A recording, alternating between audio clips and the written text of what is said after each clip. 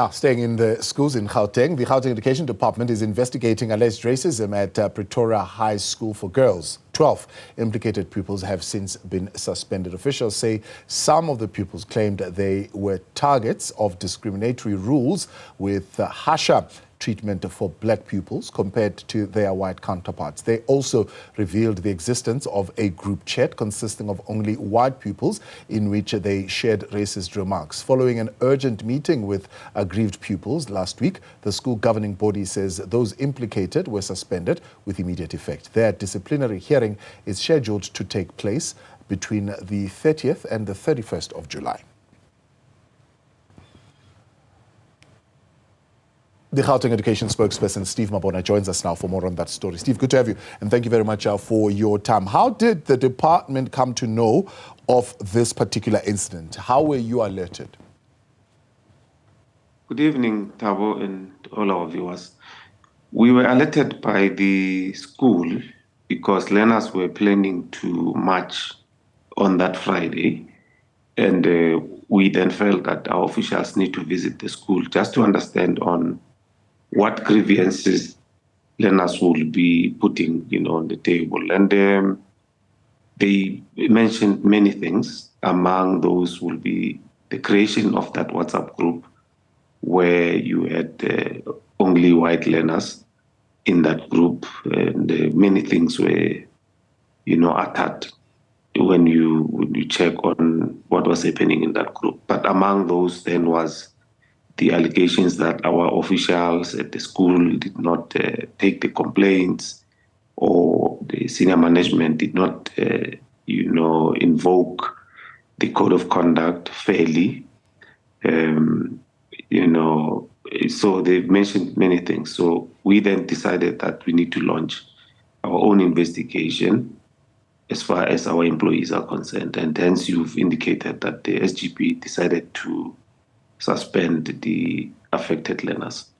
And when did the SGB come to know of this particular group, or this WhatsApp group that was created by the pupils? Well, according to information at our disposal, they did not know. They only learned on Friday when, the learners converged, and they were given an opportunity to put their grievances, and they then swiftly, the same day, they took that action of suspending learners. So they said they didn't know, but our investigation will focus on the employees, including the principal, because there's a lot of allegations that we need to probe. So we will then know when we conduct our investigation on whether people knew or they didn't know, at that time. So because one of the allegations is the non-responsiveness of the principal in addressing these reported cases of racism. Yes, indeed. It's among those allegations that were, provided to us. And hence, we've decided that we need to probe and, just to understand on what happened. So, that allegations must be tested. So we need to give that, space, the opportunity for us to do that. So what's the form that your investigation is going to take? Is this going to be an inquiry where the pupils are allowed to bring evidence, the parents are allowed to bring evidence, the principal is allowed to make representations? How is this going to be conducted? Well, we are still in the early stages of that, as it were, and any development we should be in a position to announce.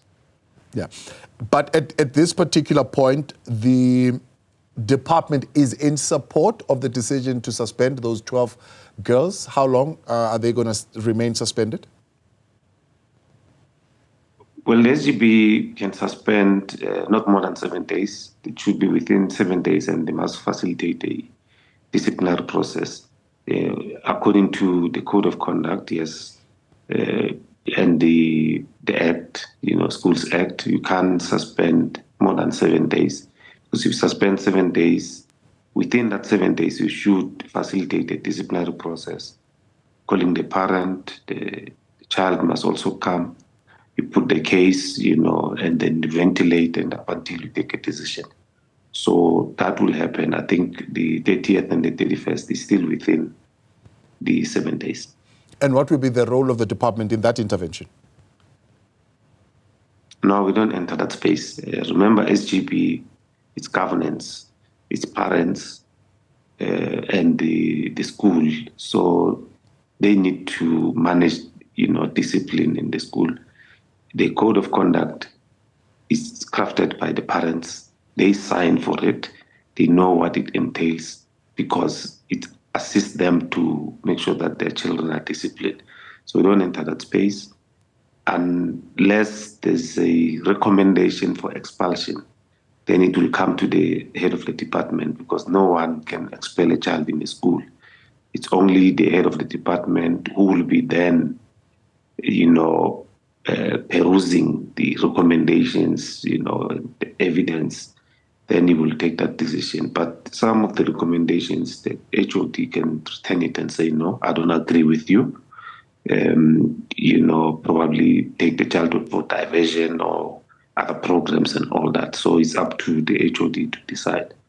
But the SGP, if they decide on other mechanisms, then we will normally respect that because governance, they operate within the Schools Act. So we always respect that as a department. Now, seeing that this is not the first time that the school has faced such accusation, what's the attitude then of the department when they look and process these things? No, we must say we are quite concerned. More so that child will be going there for the third time. You will recall that we went there in 2016 and I think it's 2 years ago, we went there again, and now we are going back there. So it's quite concerning. We will then have to look at the programs that we, introduced then and see whether can't we, probably go back and enhance those programs. Because we need to understand that we are together, we live together, we need to be tolerant, to, all of us coming from different, backgrounds, cultures. So diversity is quite key, more so that a school is a developmental institution. We are, developing children, we are nurturing talent to a certain extent, skills.